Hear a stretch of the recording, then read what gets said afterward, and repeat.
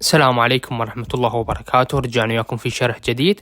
شرحنا لهذا اليوم عن مصرف قطر الوطني أو الكيو ان بي، وسألني أحد المتابعين ما هو السويفت كود لهذا المصرف أو البنك. كل هذا وأكثر راح نتكلم عنه بهذا الفيديو. طبعا راح أبدي سلسلة بناء على طلب المتابعين بخصوص هذا الأمر، لكن قبل ما أبدأ بالشرح أتمنى منك الاشتراك بالقناة أولا، تفعيل زر الجرس حتى يصلك كل ما هو جديد، وكذلك الضغط على علامة اللايك الفيديو كدعم منك لي. السويفت كود هو عبارة عن كود يتكون من مجموعة من الأحرف، ويستخدم لتحديد الهوية للبنوك والمصارف والمؤسسات المالية، ويكون وجوده ضروري ومهم في التعاملات والتحويلات المالية.